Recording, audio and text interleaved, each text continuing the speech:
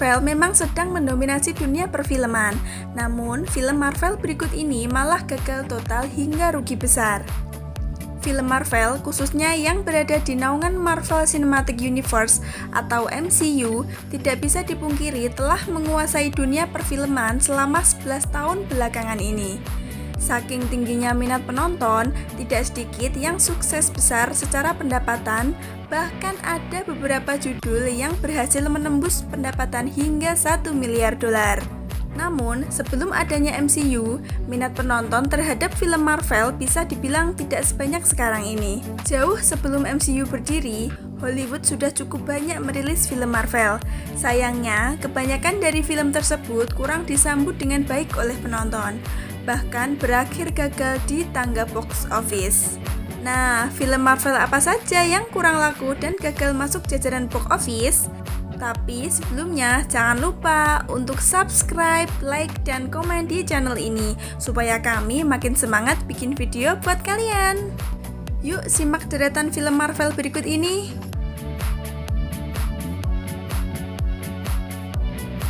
Yang pertama, Elektra.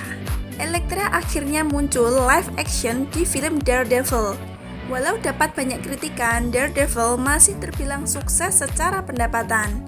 Itulah sebabnya 20th Century Fox percaya diri untuk membuat film spin-off yang mengangkat kisah tentang Elektra yang dibangkitkan kembali setelah kematiannya di film Daredevil. Hujan kritikan yang diberikan untuk Daredevil seharusnya menjadi pembelajaran bagi Fox. Kenyataannya, kualitas film Elektra malah jauh lebih buruk dibandingkan Daredevil. Selain panen kritikan, Elektra akhirnya mendapatkan pemasukan yang jauh lebih kecil dari Daredevil. Dengan budget 43 juta dolar atau sekitar 618 miliar, Elektra hanya mendapatkan pemasukan sebanyak 57 juta dolar atau sekitar 818 miliar rupiah. Yang kedua, Punisher Warzone. Antihero Punisher sebenarnya telah debut di film live action lewat film The Punisher.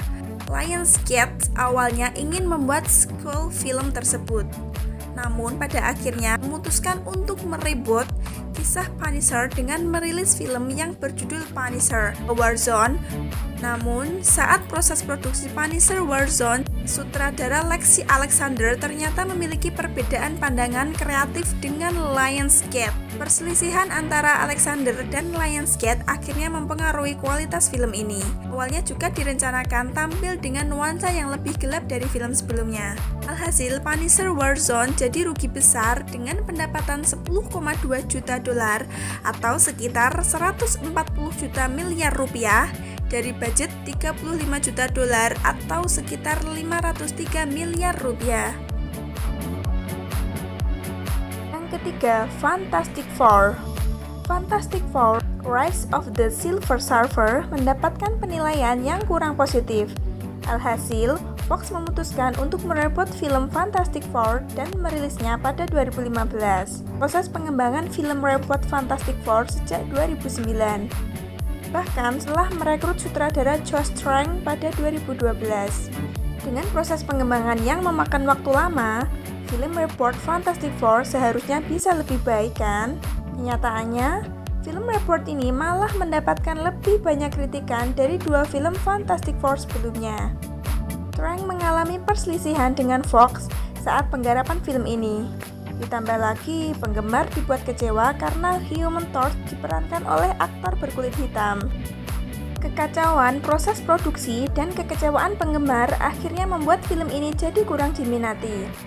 Dengan budget 120 juta dolar atau sekitar 1,7 triliun, Fantastic Four hanya mendapatkan pemasukan sebanyak 168 juta dolar atau sekitar 2,4 triliun. Yang keempat, Dark Phoenix. Jean Grey memang telah muncul di 3 film pertama X-Men. Namun, di X-Men Apocalypse, Fox kembali memperkenalkan Jean versi muda yang diperankan oleh Sophie Turner. Setelah muncul di X-Men Apocalypse, Fox kemudian membuat film yang berfokus pada kisah Jean Grey yang diberi judul Dark Phoenix. Dark Phoenix merupakan salah satu film X-Men yang dirilis setelah Fox diakuisisi oleh Disney. Dark Phoenix tentunya diharapkan menjadi film penutup semesta X-Men yang sempurna. Sayangnya, Dark Phoenix malah menjadi penutup semesta X-Men yang mengecewakan. Simon Kinberg yang debut sebagai sutradara di film ini tampaknya belum siap untuk menyutradarai film ini. Selain dikritik habis-habisan, Dark Phoenix akhirnya gagal total secara pendapatan. Dengan budget 200 juta dolar atau sekitar 2,8 triliun rupiah, Dark Phoenix hanya mendapatkan pemasukan sebanyak 253 juta dolar atau sekitar 3,6 triliun.